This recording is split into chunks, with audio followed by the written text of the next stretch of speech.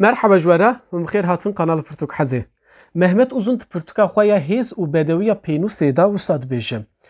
Bi Kurdî fikirîn, nivîsîn û afirîn tevgereke pîroz.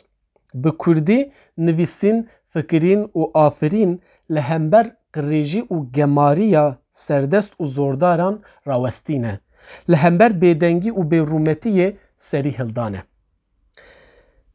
Mehmet Uzun giringiya Kurdî wisa pênasê dike. Ez ê jî behsa xwendinên xwe meha çûyî, meha borî ya cotmehê bikim. Wek hûn jî dizanin rêze vîdyoyên bi vê hawî çê dikim û dixwazim mihasebeya meha borî, meha çûyî bikim û serî hildana xwe wek pênaseya Mehmet Uzun serî hildana xwe berdewam bikim. Gelo we di meha cotmehê da çireya pêşîn ango çend pirtûk xwendine kîjanin hûn dikarin di bin vîdyoyê de ciyê şîroveyê da binivîsînin.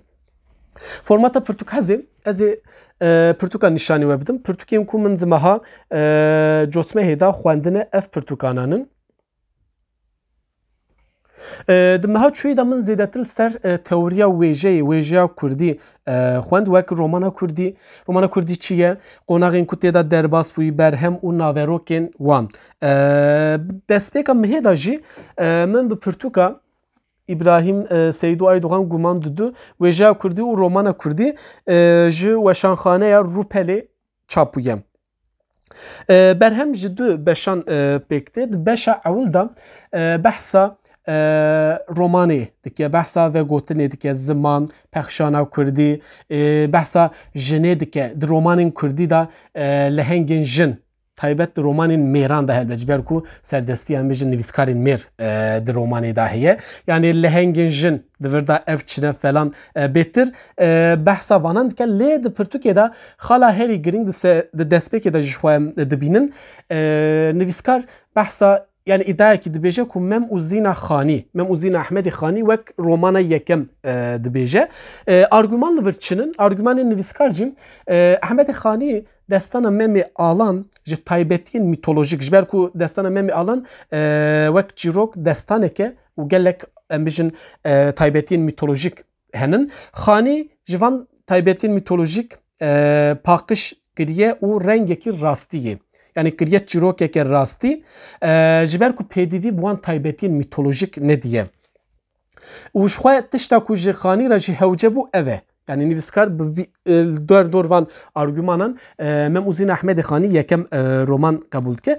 Bi rastî jî yani mirov dikare bêje ji xwe huner jî tiştekî wisa ye ku yani vebêjer di nivîskariyê da müdaxeleyê yani li berheman dike, li tekstan dike û em bêjin wek formeke şexsî an jî şêwaza xwe ya şexsî û xeyalan çîrokê an ji nû ve diafirîne an jî çîrokeke din ava dike. Ya ku Xanî ji di Mem û Zînê de kiriye ev e, bi rastî ez jî li vir bi nivîskara me yani mirov dikare bêje ku Mem û Zîna Ehmedî Xanî yekem romana Kurdî ye. Helbet argümanên vanên gelek dirêjin lê ez hemiyan nikarim niha li vir bêjim. Bi Kurdî min yên sereke gotin. Di beşa duyem da vê pirtûkê de behsa çi dike nivîskar? Bêtir nirxandin û rexneya berheman û nivîskarên wan henin.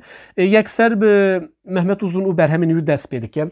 Pişta Hesenê Metê, Lokmanaye be wek nivîskarên me, Firat Cewerî heye û sernivîsa ku nivîsa Firat Cewerî de dibe Firat Cewerî xwe çawa kuşt. Taybet behsa romana ez ê yekî bikujim dike û di vê romanê de bi awayekî gelekî baş em bijin nirxandina ez ê yekî bikujim nedike û ji xwe li vir jî di serî de jî peyama xwe diyar kiriye. Li ser em bijin vana radweste.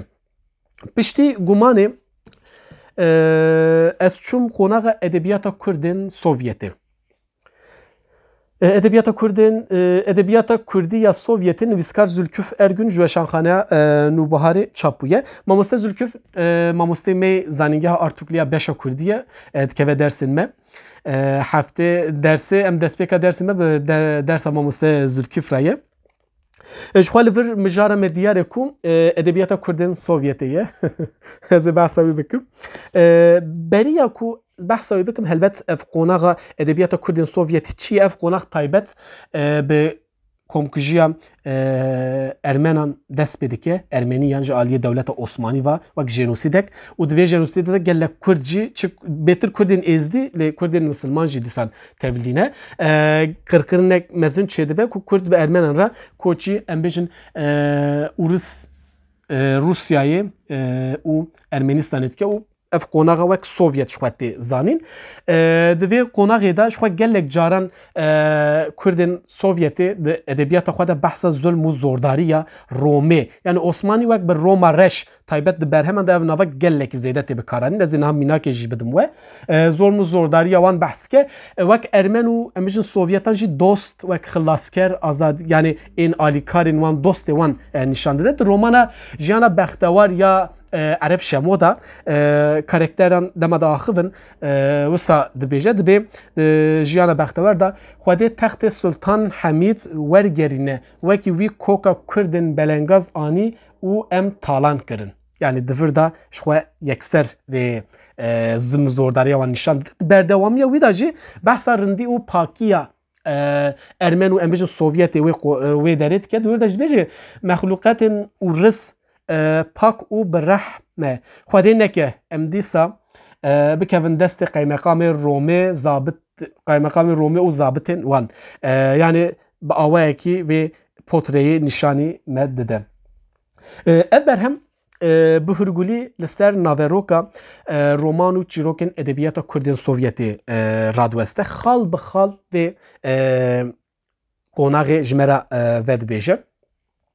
Wek em bijin Roma reş me got Osmaniyan Tirkan temsil dike. Ağa û beg û şêxlerên Kurdan helbet zulm û zordariya vanan ser civakê û li viran nêrînekî helbet sosyalîst komünîzm jî heye wek realîst bi çavekî realîst vê meseleyê dinêrin ji ber ku gelekî zêde behsa vanan dikin. Wekî me got sosyalîzm jin û her wihayî tin. Di encama vê qonaqê de çi bû? Ev pirsekî muhîm e bersif. Ev qonaq dema em dênê hilweşandina vê qonaqê yani dema ku Sovyet hildiweşe Temûrê Xelîl gotinekî gelek gelek xweş dibêje. Yani gelek Kurdên me Sovyetê dibin mi yekser cara ewl mi di berhemeke Temûrê Xelîl da xwendibû got Sovyet bi ser Kurdan da hilweşiya. Ji ber ku Kurd piştî dema Sovyet hildiweşe hemîn netsewe milletên bin banê Sovyetê dibin xwedî dewlet bes Kurd netê da. Mixabin Sovyet ser me da hilweşiya. Destên vala nivîskar Lorîn Doğan ji Weşanxane Avêstayê hatiye çapkirin. Ev berhema çîrokan ya Lorîn Doğan çîrokên gelekî Kurd din. Zimanî çîrokan naîf û hestiyar re ji ber ku lehengên çîrokan hemîyan zarokin. Zarokên Kurdistanê Kurd.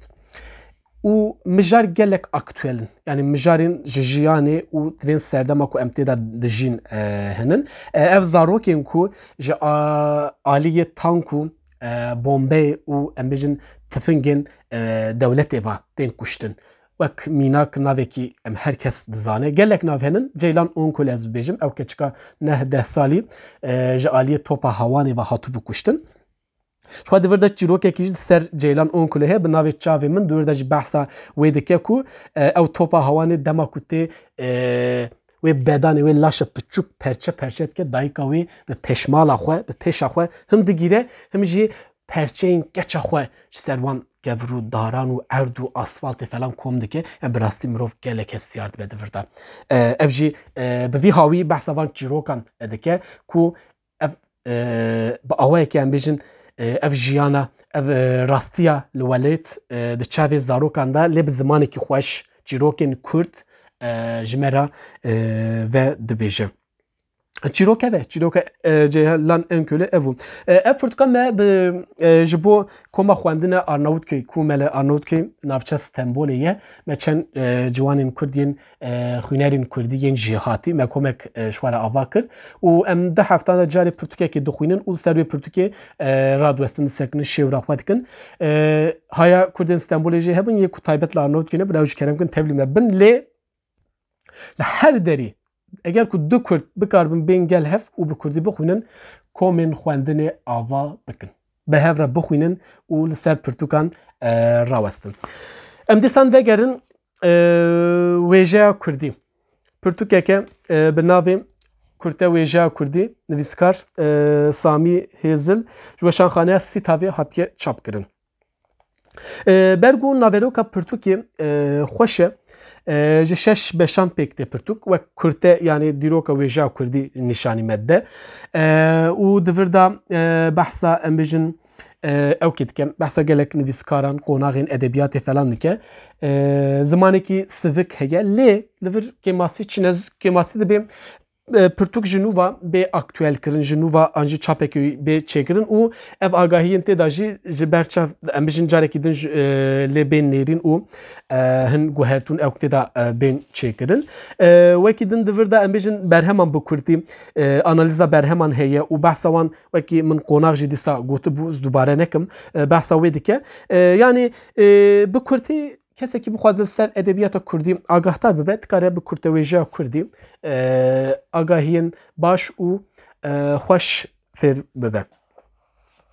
Pirtûka dawî bi navê Siya Yêdin nivîskar Hesen Ildiz weşanxaneya Palê hatiye çapkirin. Weşanxaneya Palê û zanîn weşanxaneyeke nû ya sala çûyî meha Sibatê de dest bi weşandina pirtûkan kir. Sê pirtûk weşandibûn. Siya Yêdin yek ji wan e nivîskarê wî jî ciwan e Hesen Ildiz ji xwe ez dikarim bêjim çîrokên pirtûkê çîrokên Kurd in çîrokên Kurd xweş bûn bi rastî lê biçekî qels bûn zimanê çîrokan qels bûn û ji ber vê qelsbûnê jî yanî wek em bêjin nivîsên rojê yanî wek rojnivîs bûn yanî em bêjin wek mirov behsa roja xwe bike biçekî bi vî hawî bûn hin çîrokên dirêj taybet û sabûnçen hebê dirêj tê de henin ji ber wê min bişekî qels dît em bêjin zimanê çîrokan lê hin çîrokên xwe hebûn bi rastî gelekî hin çîrokên Kurd hebûn çîrokên xweş bûn xurt bûn yanî min ji wan çîrokan hez kir ji xwe dî yekê 21 Cotmehê de li îmzaya pirtûka nivîskar hebû hat Stenbolê medya kitabevî û li wir pirtûka xwe îmza kir wek hûn dizanin xwe medya kitabevî li Stenbolê li Taksim Kolana İstiklalê bu yên navenda pirtûkên Kurdî û gotûbêjên li wir çê dibin hema her heftê gotûbêjek li wir çê dibe nivîskar tên pirtûkên xwe îmza dikin ser edebiyatê li ser wêje dîrok em bêjin zanist û civakê axaftin çê dibe û gelek xwîner têne û em hev li wir nas dikin hay jî hebin û seriyekî li medya pirtûkê bidin.